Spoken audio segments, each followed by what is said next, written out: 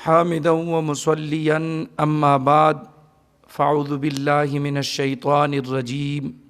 بسم اللہ الرحمن الرحیم۔ میرے تمام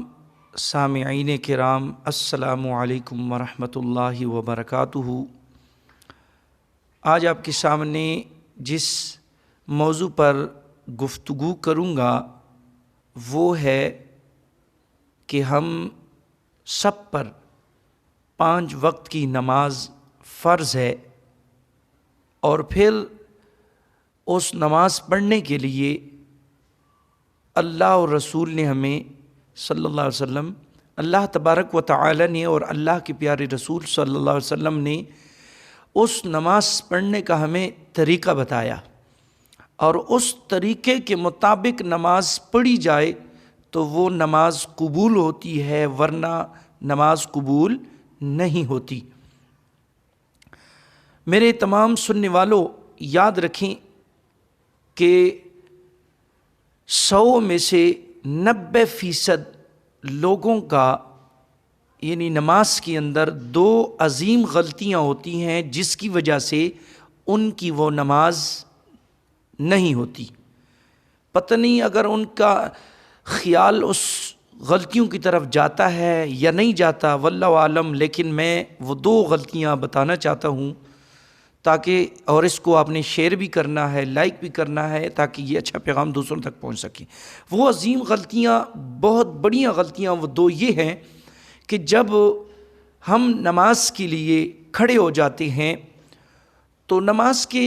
فرائض بھی ہیں، واجبات بھی ہیں، لیکن 2 واجبات جس کو نہ کرنے میں اکثر لوگ مبتلا ہوتے ہیں کہ رکوع کے لیے جب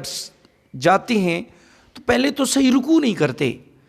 کیونکہ صحیح رکوع اگر نہ کیا جائے تو رکوع نہیں ہوتا، رکوع فرض ہے تو نماز ٹوٹ جاتی ہے۔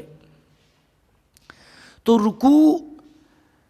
اگر کوئی بندہ شخص کر لے، پھر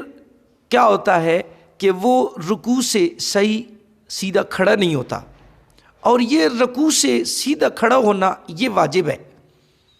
اکثر لوگ رکوع سے سیدھا نہیں کھڑے ہوتے تو اسی کے اوپر سجدہ سہو آخر میں کرنا پڑتا ہے، کیونکہ واجب رہ جاتا ہے، تو وہ سجدہ سہو کرتے نہیں ہیں، تو ویسی نماز پڑھ کے چلے جاتے ہیں، تو بیچاروں کی نماز ہوتی نہیں ہے۔ ایک تو رکوع سے سیدھا کھڑا ہونا یہ واجب ہے، اس کو کرنے کا، سیدھا کھڑا ہونے کا خیال رکھنا چاہیے۔ دوسرا جو واجب ہے اس میں اکثر لوگ نہ کرنے میں مبتلا ہیں کہ وہ کرتے نہیں ہیں، وہ واجب ادا نہیں کرتے، تو اس کی چھوٹ جانے سے بھی سجدہ سہو کرنا پڑتا ہے، وہ کرتے نہیں ہیں، نماز ہوتی نہیں ہے۔ وہ دوسرا واجب کون سا ہے کہ دونوں سجدوں کے درمیان بیٹھنا یہ واجب ہے، یعنی ایک سجدہ کر کے پھر تھوڑی دیر بیٹھنا، پھر دوسرے سجدے کے لیے جانا، تو دونوں سجدوں کے درمیان بیٹھنا یہ بھی واجب ہے۔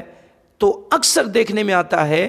کہ ان دونوں واجبات کا خیال اکثر لوگ جو ہے نا، وہ 90% اکثر لوگ وہ نہیں کرتے۔ تو میری درخواست ہے سب سے کہ اس اچھے پیغام کو سنیں اور اس پر عمل کرنے کی کوشش کریں کہ اتنا بندہ محنت کر کے آ جاتا ہے مسجد میں یا گھر میں، وضو کر کے نماز پڑھ لیتا ہے، اور پھر ان واجبات کا وہ خیال ہی نہیں رکھتا اور بیچاروں کی نماز ہی نہیں ہو جاتی، تو فائدہ کیا؟ کچھ فائدہ نہیں۔ لہٰذا اگر ہم ان 2 واجبات کا خیال رکھیں گے تو ہماری نماز انشاءاللہ اللہ پاک قبول فرمائے گا۔ تو اللہ پاک سے دعا ہے کہ اللہ پاک ہمیں ان 2 واجبات پر یعنی کرنے کی اللہ پاک ہمیں توفیق عطا فرمائے، ان 2 واجبات کا خیال رکھنے کے اللہ ہمیں توفیق عطا فرمائے۔ وآخر دعوانا ان الحمدللہ رب العالمین۔